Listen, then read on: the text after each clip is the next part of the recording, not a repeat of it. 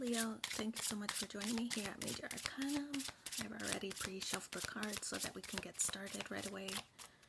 This will be a love reading for the upcoming week from when you do get this message. As usual, I'll place your person's cards on the left, yours on the right, and mutual cards in the center.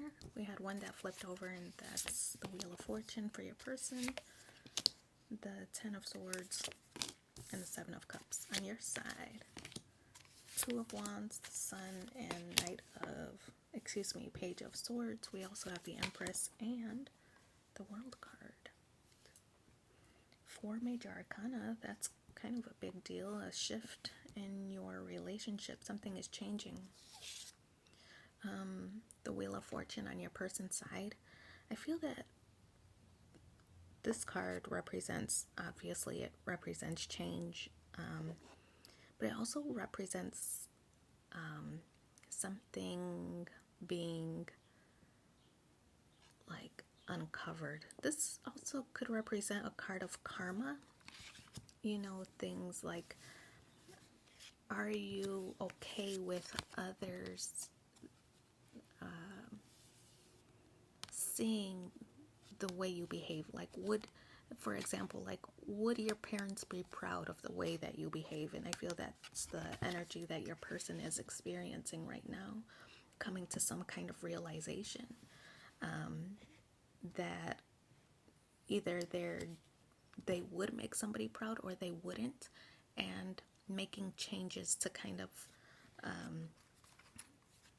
change that, right? So if they were not really behaving in a way that would make their mom proud, for example, that's not everybody's story, but that would not make their mom proud, this is making that shift or making that adjustment so that they can, talk or speak confidently about it. So making changes in the situation. The Wheel of Fortune also represents feeling lucky in love. I feel it's a card of appreciation, so recognizing that they've gotten lucky in this connection and wanting it to thrive, right? So the Wheel of Fortune is also Jupiter energy. It talks about expansion, so wanting to maybe take things to the next level. Could be that they want to tell their parents, I'm thinking about marrying this person. So something like that. There's some kind of revelation in this person's mind that they want to make some kind of change in a positive way. We have the Ten of Swords in the position of how they view you. This card represents like being rash or hasty, right? You don't know who's going to walk in or approach because you two are outside, for example. But this is a rash or hasty movement. So it could be that maybe when I spoke earlier about ascending to a higher level, maybe they want to get married. This could be proposing eloping, or like something quick, a quick ceremony, justice of the peace, something like that. Ten of Swords is also the end of some kind of cycle, so it could be that this is the end of a phase, like the dating phase. Could be that you two are moving into more committed or heightened intimacy or something like that. Just moving into the next phase of the relationship. The Seven of Cups. This person has explored their options already, and I feel that this is them now recognizing where they feel fulfilled, and that's in their connection with you. So recognizing that and wanting to take the next steps after that.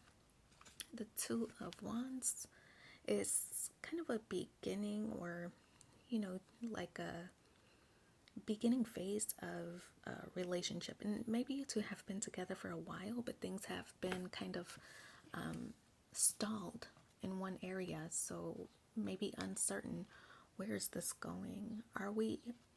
I'm committed, are they committed? Maybe identifying the relationship like titles, giving titles to each other. It's kind of like early like that. You don't know. It's never been discussed. Are we in a committed relationship? Are we dating? Do I call you my boyfriend? Do I call you my fiance? Like, what are we doing here? So I feel that's what that Two of Wands represents. This person makes you happy, though. I feel that you do want to go the distance. Two of, excuse me, the Two of Wands, just represents you know, the phase of the relationship kind of being at the early stages. But I feel that you're optimistic that it could go further, that it could go the distance. The Sun card represents something's being illuminated. You recognize that in this person, that maybe you're sensing that they're warming up to an idea, or they are, or their feelings are being illuminated. You see a change, or you see a difference in this person's behavior. So we have the Page of Swords. Page of Swords is letting one's guard down, and I feel that this is something that maybe you've worked on or worked toward, getting this person to let their guard down, and this card also represents kind of teaching, right? So I feel you're teaching this person that they can trust you, or if they've been hurt in the past, you're teaching this person that not everybody behaves in that way. I feel that you're teaching this person to let their guard down and that they can trust you. So that's the Page or Knave of Swords. I mean, it could also represent curiosity, right? That you're curious about this person, about this background. What is it that scarred them? It could be you want to know more about their past. We have the Empress card in the challenge position.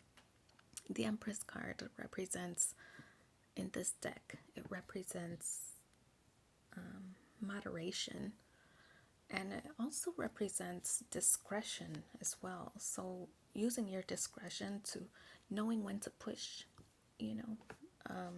I feel like you want to know more about this person, about their background, about their history, but something about them is a little bit guarded. So I feel use your discretion and discernment to, before you press them for more information. The goal here is to establish and build trust, and I don't feel that you'll get the results you want if you push them too hard. And I feel that's what they like about you, actually, that you don't push them. The World card. Okay. I feel marriage vibes here because, the World card represents some kind of gift or some kind of reward. You see this circular image here represents a ring. Could also represent closure, the end of a phase or end of a cycle, like we talked about with the Ten of Swords. Something is changing and something is shifting. You might have dealt with some hardships with this person, getting them to open up, getting them to trust. You might have felt that they were punishing you for somebody else's misdeeds, but I feel that all those hardships and all those struggles that you've endured, you're going to be rewarded for that.